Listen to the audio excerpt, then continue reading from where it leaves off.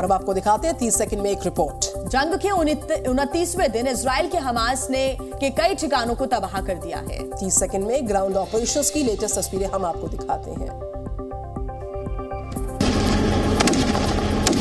Gaza पट्टी पर हवाई हमलों की जगह ज्यादा से ज्यादा जमीनी हमले किए जा रहे हैं। इजराइल की सेना चुन चुन कर हमास के आतंकियों का खात्मा कर रही है। गाजा में आईडीएफ ने कल हमास के टनल नेटवर्क को भी ध्वस्त कर दिया। इजराइल की ये बख्तरबंद गाड़ियां गाजा में हमास के ठिकानों को मिट्टी में मिला रही हैं। जंग के मैदान से एक और चौंकाने वाली तस्वीर आई। आईडीएफ के प्रमुख भी कल गाजा की जमीन पर थे। उन्होंने कमांडर्स के साथ ऑपरेशन की जानकारियां ली। तो इजराइल ने एक बार फिर गाजा में जबालिया रेफ्यूजी कैंप पर निशाना साधा हमला किया और इस हमले में कई लोगों के मारे जाने की खबर है।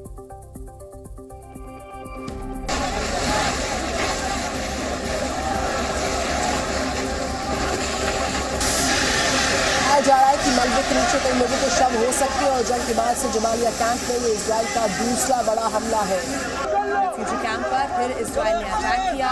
सूचना मिलते ही राहत बचाव की जो टीम है वो मौके पर पहुंची और रेस्क्यू ऑपरेशन शुरू किया गया। हमले के बाद कैंप में आग की लपटें देखी जा सकती है। हालांकि अभी ये साफ नहीं हो पाया है कि इस हमले में कितने लोग मारे गए हैं, लेकिन ये बताया जा रहा है कि बड़ी संख्या में लोगों की मौत हुई है।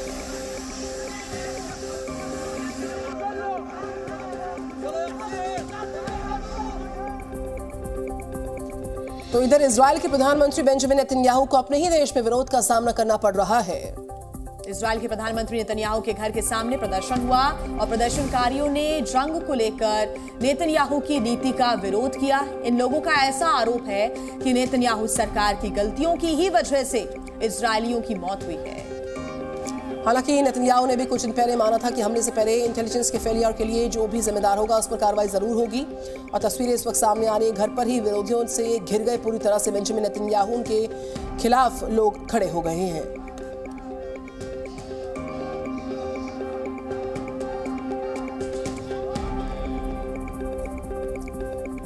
फिलिस्तीन के समर्थन में कई देशों में इस वक्त कल प्रदर्शन हुए, कई जगह प्रदर्शन जारी है और लोगों ने गाजा में सीज़फायर के लिए रैलियां भी निकाली हैं।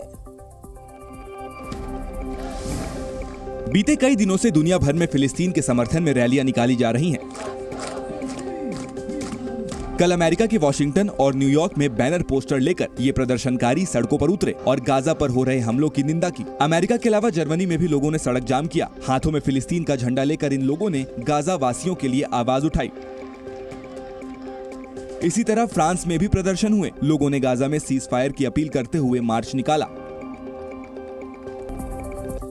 तो दिल्ली में आज भी वायु प्रदूषण अपने खतरनाक स्तर पर रहने वाला है। राजधानी के कई इलाकों में सुबह से ही प्रदूषण का असर देखने को मिल रहा है। दिल्ली में सब कुछ धुंधला है क्योंकि ये सीजन है प्रदूषण का। मौसम धीरे धीरे ठंडा हो रहा है। लोग सर्दियों के कपड़े निकालने की सोच रहे थे कि इससे पहले ही अब उन्हें कोरोना वाला मास्क निकालना पड़ रहा है। दिल्ली के ज्यादातर इलाकों में AQI 400 के पार है। रात से लेकर सुबह तक यहाँ प्रदूषण महसूस किया जा रहा है। पॉल्यूशन का असर बेजुबानों पर भी हो रहा है। चांदनी चौक में बर्ड हॉस्पिटल में अलर्ट है, तो नेशनल जूलॉजी पार्क में पक्षियों पर पानी का छिड़काव किया जा रहा है।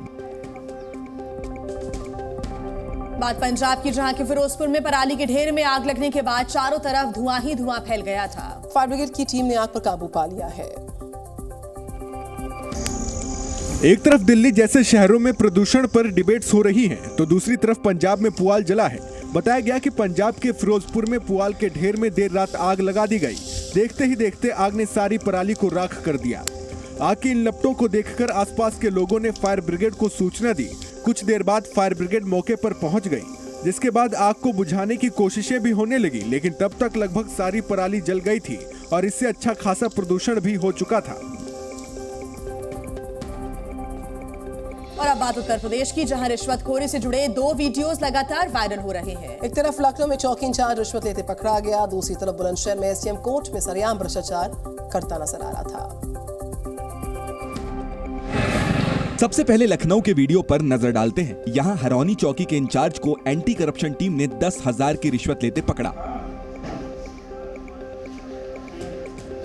पकड़े जाने के बावजूद चौकी इंचार्ज एंटी करप्शन टीम के साथ नहीं जाना चाह रहा था, उसे जबरदस्ती ले जाया गया। वहीं दूसरा मामला बुलंदशहर का है। यहाँ शिकारपुर तहसील में एसडीएम का स्टेनो सरकारी ऑफिस में ही रिश्वत ले रहा था। आरोप है कि मुलजिमों को तारीख और जमानत दिलवाने की एवज में ये स्टेनो उनसे पैसे वसूला करता था। तो रामलला के प्राण प्रतिष्ठा उत्सव को पूरे देश में मनाने का निमंत्रण भेजने के लिए आज अयोध्या में अक्षत पूजन किया जाएगा। अक्षत पूजन के बाद पूजित अक्षत के साथ एक निवेदन पत्रक भी देश के 5 लाख गांव में भेजा जाएगा। 50 केंद्रों से कार्यकर्ता भगवान के सामने पूजित को लेकर अलग अलग इलाकों में भेजेंगे। लोगों के निमंत्रण पत्र भेजने के लिए 2 करोड़ निमंत्रण पत्र छपाए गए हैं। अक्षत के साथ भेजा जाने वाला पत्रक अलग अलग प्रांतों की स्थानीय भाषा में छपा है। 15 दिसंबर तक पूर्ण रूप से मंदिर में प्रतिष्ठा के मद्देनजर सभी तैयारियों को पूरा कर लिया जाएगा।